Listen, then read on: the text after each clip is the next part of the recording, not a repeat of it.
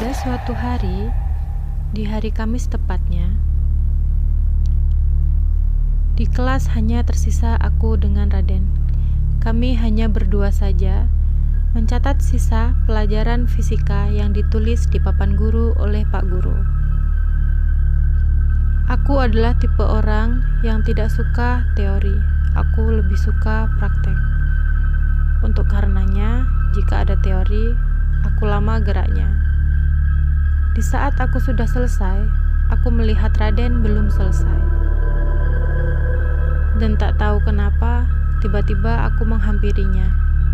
Dan dengan seakrabnya aku bertanya, "Belum selesai?" Raden melihatku dengan acuh tak acuh. "Aku Vira, murid baru." Dengan menyodorkan tanganku. Lalu Raden menyodorkan tangannya. "Raden," jawabnya dengan serak. "Kulihat kamu sering ngomong sendiri. Kata anak-anak, kamu bisa ngelihat yang gaib gitu ya?" Raden langsung menatapku dengan tajam. Tapi dia tidak menjawabku. Dia hanya meneruskan menulisnya. Selesai menulis, dia lalu membereskan barang-barangnya.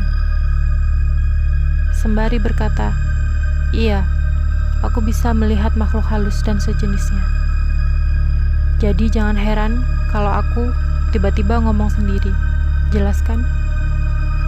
Sembari berlalu pergi. Lalu aku mengikutinya lagi dan bertanya, "Bagaimana kamu bisa melihat keturunan?" Tanyaku.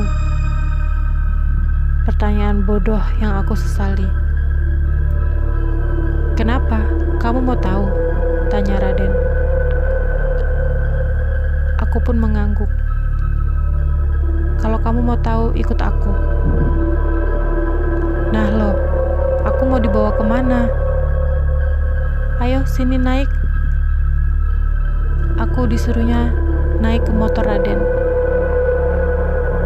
Karena rasa penasaranku yang semakin kuat, jadi tak pikir lama aku langsung naik ke motornya.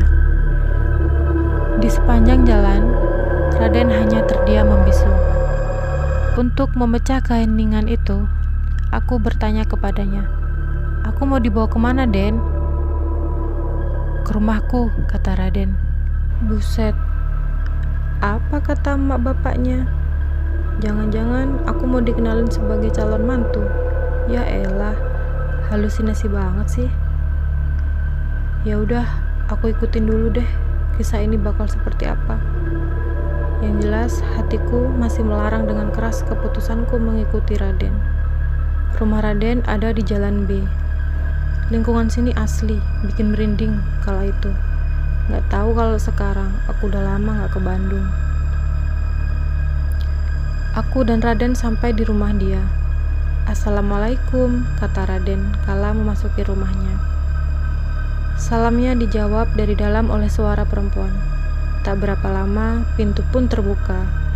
Terlihat wanita parubaya dengan wajah pucat menyambut Raden. "Dari mana saja kamu? Ibu sangat khawatir. Dia dari tadi bikin keributan dalam kamarmu. Ibu tak bisa apa-apa.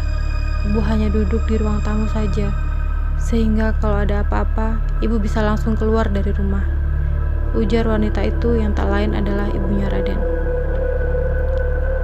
Raden hanya menghela nafas. Setelah cium tangan pada ibunya, dia mengenalkanku. "Bu, ini Vira, murid baru di sekolahku. Baru 2 bulan. Vir, duduk dulu, aku ambilin air. Kamu pasti haus kan?" kata Raden. Aku menggeleng. "Gak usah repot-repot, Den. Ngobrolnya di teras aja ya, Vir," kata dia lagi. Aku pun mengiyakan.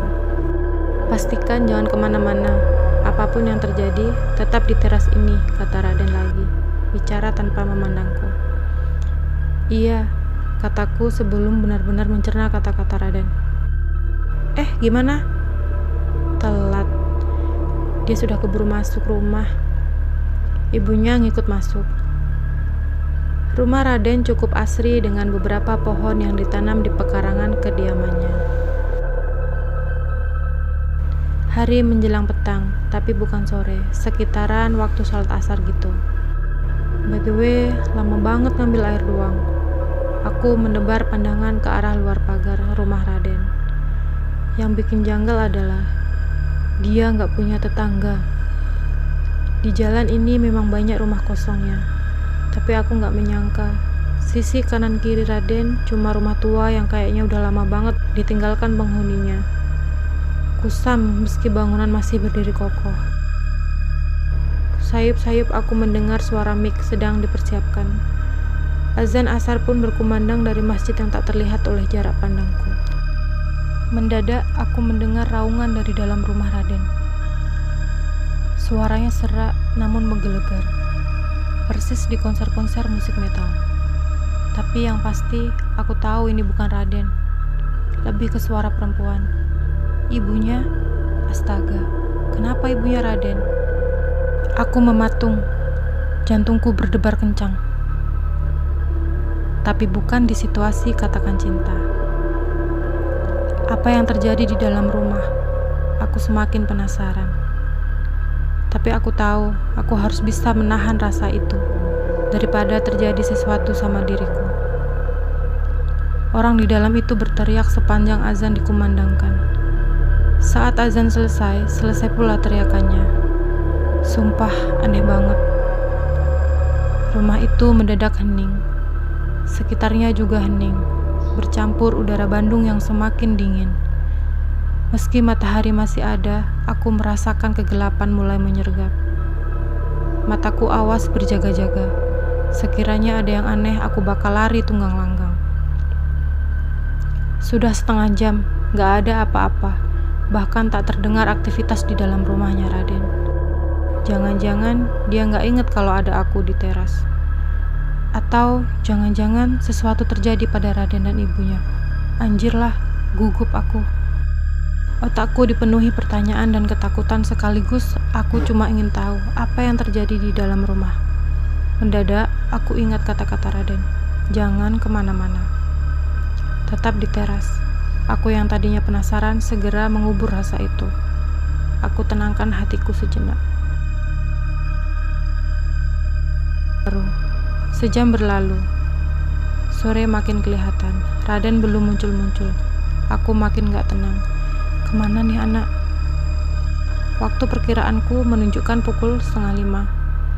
Perkiraan aja ya, karena zaman dulu belum ada HP. Dan aku gak pakai jam tangan. Sore di jalan itu lebih sepi lagi. Sumpah, ini jalan gak ada kehidupannya sama sekali. Hari itu, untuk pertama kalinya, aku merinding.